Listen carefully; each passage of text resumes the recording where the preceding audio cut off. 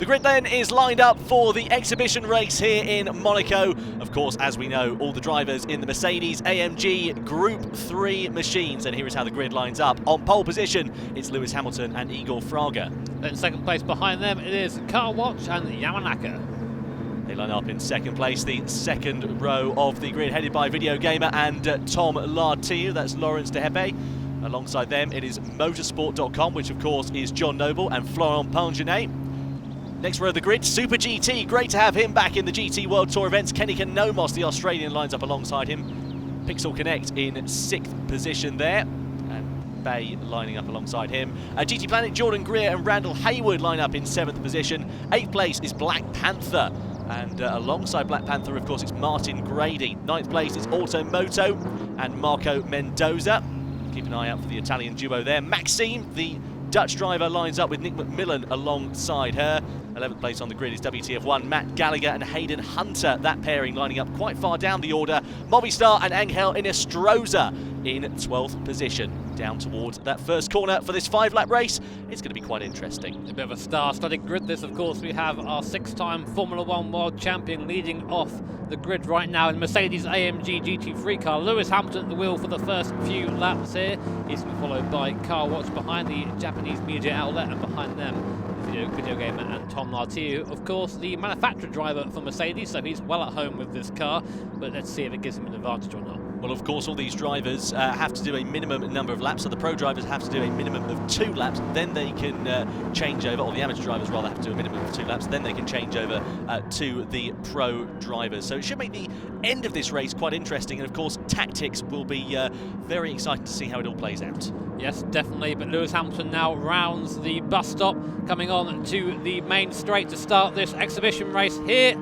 at Monaco. What a pleasure it is to have Lewis Hamilton here leading away the field. They come across the line and away they go then for 5 laps at Spa. Hamilton leads down to T1. Everyone goes to the inside to try and get by as quick as possible. Late braking there. Looks like Motorsport there giving a little bit of contact, and Hamilton's down to second. Wide goes Car Watch and the Japanese outlet, and sideways there in the background they go down to 4th and 5th. Hamilton down to second, whereas Video Gamer and Tom Lartiu are now up to first. Looks like somebody was spinning round at the end of that first corner. Didn't quite see who that was. You can see Hamilton there getting it all wrong, coming over the top of Radion. That has allowed John Noble from Motorsport to inherit second place as they come onto the Kemmel Straight. Super GT's making great ground. A half-second penalty there also being given to Lewis Hamilton for cutting the corner up at Eau Rouge and Radion then. And you can see that half-second penalty is where he's going to serve it later on in this lap. Here's Super GT though, trying to go the long way round the outside of John Noble at motorsport.com through Lake Coombe. He's not able to find a way past there as Hamilton tries to attack Automoto through turn 7. And Hamilton now down to 5th position. A bad start there for our maestro here, but of course a great start for Super GT and Kenny Economos in 3rd position. Super GT, he's been here quite a few times in these races, done very well. It's like having 2 pro drivers, some people say. He's a very quick guy in GT Sport, of course, and right now, as is Matt Gallagher, WTF1 right now, up from 11th place on the grid up to 7th. I'm sure he wants to have a scrap with the champ. Certainly will. On board we ride then with Matt Gallagher down through into Poole. And then you can see Lewis Hamilton in the foreground of his shot, just kicking up a bit of dust. Poor run there for Car Watch. And looks like he is going to be under pressure. You can see their Video Gamer suffering some strife as well. They've now dropped down into 6th position as Car Watch goes through. WTF1 ready to take advantage if they can, but not quite able to find their way through coming into that Fagnes chicane.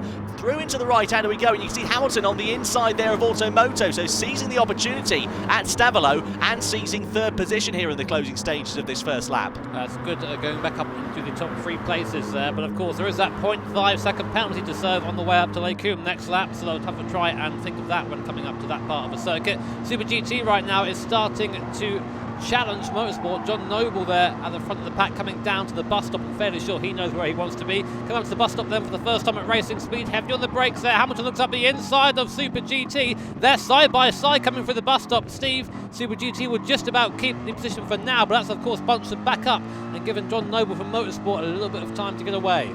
Half-second penalty, of course, as we said, for Lewis Hamilton to serve down towards La Source. We go hard on the brakes then. Lewis Hamilton in 3rd place, having a sneaky look there against Super GT, but of course he needs to get a good run coming up through Eau Rouge and Radion on towards that Kemmel Straight to have a good enough advantage, but where he will serve that penalty is of course on the Kemmel Straight, so he's going to lose time inherently there as well, and surely that will allow Automoto, Federico Sciarra, to find his way through. Over the brow of the hill we go. Automoto has had a great run there. Hamilton's one wasn't so good. Here comes the penalty then for Lewis Hamilton. He's trying to squeeze Automoto out. Hamilton will have to move up the racing line, but he doesn't, and that's contact there as well with Automoto and Hamilton, and well, if anything, that worked to the advantage of Hamilton here. That's one way of keeping the position, we'll give it that. And Super GT is forced over the inside of Lecom.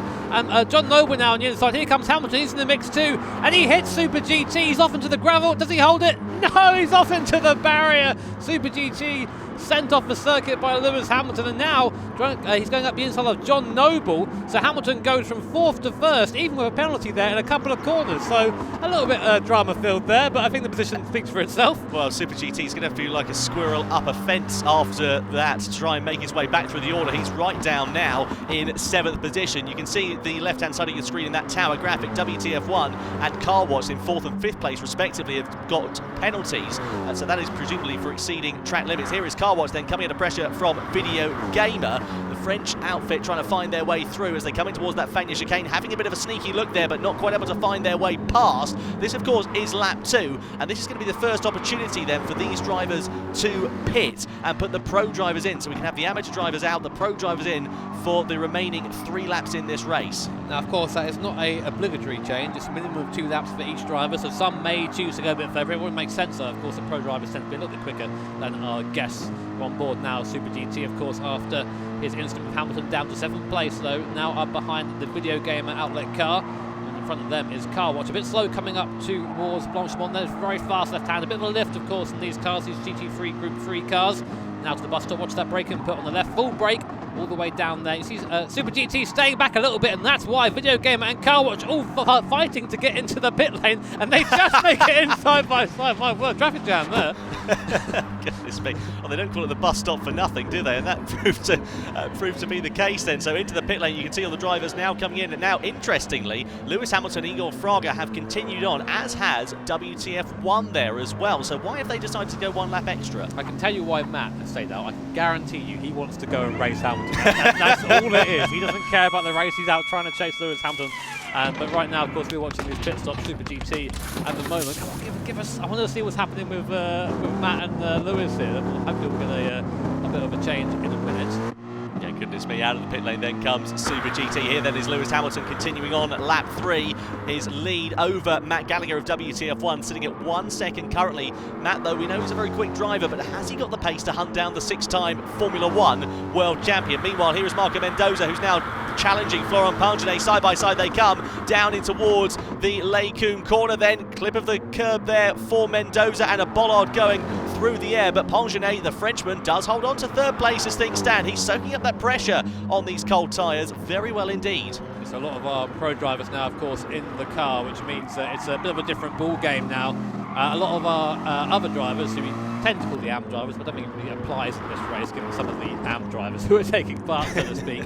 But these guys, they're very much at home. This is their discipline, and of course you're going to see now proper racing until the end coming through Puon. Now it's Pagenet and Mendoza. You see a little bit of dirty air coming into play for Mendoza behind, just struggling to get the front end turned in, but gets a better exit just about coming now to the Fagner chicane, not quite close enough to make a move at the moment. But Pagenet will be trying to hold on to that 3rd place for all he's worth. Of course, Monaco, almost French, so he'll be looking to try and get an almost home podium position here today. Some good battles going on up and down the field, including this one for 7th position. You can see Super GT with Kenny Canomos, of course, his partner now behind the wheel, Nick McMillan, chasing down Canomos then. Coming through into Stavolo we go, and clearly Nick is looking the faster of the 2 drivers at this stage. 2 laps now remain here at Spa-Francorchamps, and this is where we're going to see Nick get a very good run out of here, because he's got the advantage of the slipstream as well, but it's a very Dandare corner to try and make a move through Blanchimont as Hamilton and WTF1 come into the pit lane. Side by side we go